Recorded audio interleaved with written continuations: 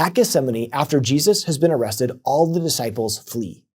Then in verse 51 we read, "A certain young man was following Jesus, wearing nothing but a linen cloth.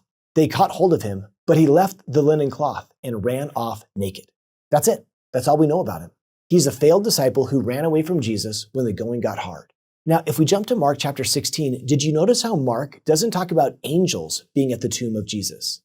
In verse 5, it says, "As they entered the tomb, they saw a young man dressed in a white robe." We would find that the phrase young man appears only 2 times in Mark: the young man who runs away naked and the young man at the tomb. These are not necessarily the exact same person, but consider the possibility that Mark wants us to see a literary relationship between them.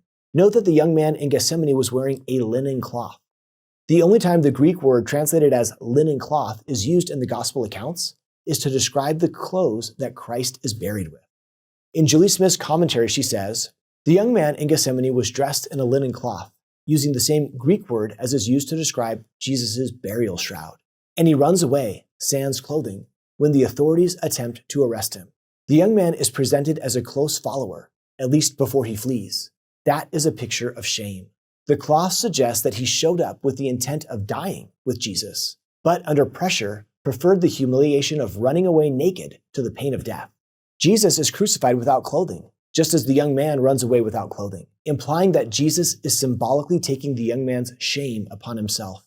When the young man reappears at the tomb, he's now wearing clothing associated with honor and glory, clothing described as being like Jesus' clothing at the Transfiguration. In other words, he has not only been restored from shame, but is now assuming an even more honorable position. In effect, Jesus has swapped roles with this young man, and thus made the young man's restoration and glorification possible. The subtle but clear implication is that Jesus' death and resurrection have made this change possible for the young man. So as we step back and think about the theme of discipleship failure, I love remembering that even when we stumble, Christ still wants us on his team. He doesn't say, "You messed up and now you're out."